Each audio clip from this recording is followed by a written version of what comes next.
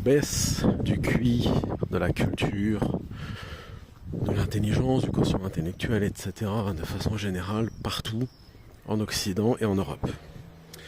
Alors, il y a différentes raisons à cela. Bon, comme d'habitude, la droite ou les racialistes vont dire que c'est lié à la question de l'immigration, à savoir que ce sont les extra-européens, les immigrés qui font baisser le quotient intellectuel en France parce qu'ils n'ont pas le même niveau que les occidentaux d'études et ainsi de suite. Cependant, on peut bien accuser les étrangers de tout ce qu'on veut, on ne pourra pas les accuser d'avoir diffusé ce qu'on appelle le cosmopolitisme ou la pensée freudo-marxiste ou la pensée matérialiste de façon générale, puisque les populations qu'on cible d'ailleurs, ce ne sont pas des gens d'Europe de l'Est ou d'autres pays, disons, d'Occident, en dehors de France, d'Europe de l'Est ou autre, ou d'Asie, où c'est essentiellement les populations qui viennent des pays musulmans ou d'Afrique subsaharienne. Or, comme tout le monde le sait, ce sont des populations très conservatrices, voire ultra conservatrices, pour ne pas dire traditionnalistes. Donc ce serait faux et exagéré. Et ce qu'il faut remarquer, si on reprend tous les écrits des penseurs et des écrivains justement traditionnalistes européens, que ce soit Evola, Guénon, que ce soit Alexis Carrel, le médecin nobelisé, que ce soit même des foufous ou des farfelus comme Crowley, d'autres, tous disent à peu près la même chose, à savoir que la décadence, de façon générale, s'est installée concrètement à la fin du 19e siècle.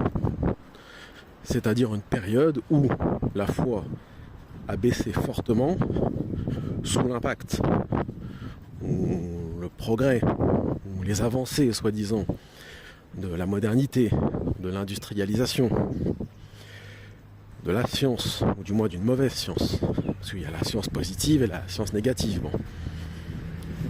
Mais aussi face à la technique, ou encore face à la montée en puissance du cartésianisme et des pensées matérialistes de type marxiste et ainsi de suite.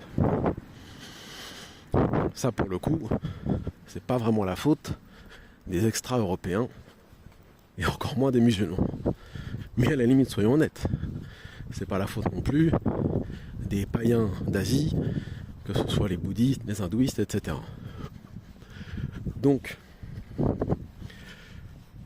ce qu'il faut observer de façon générale, et on le voit partout, je me suis baladé ces dernières années partout en France, dans le sud, dans le nord, à l'est, à l'ouest, et j'étais persuadé que plus j'allais au nord, ou plus je reculais du sud, où c'est une véritable catastrophe à tous les niveaux, et j'étais persuadé que j'allais trouver des départements et des régions où l'intelligence, la culture en général était relativement plus élevée.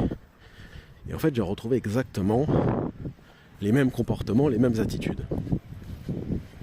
Qu'est-ce que ça veut dire ? Ça veut dire que la pensée matérialiste, athée, cosmopolite, a conquis tous les cœurs, presque. Partout, aux quatre coins de la France, et peut-être même de l'Occident.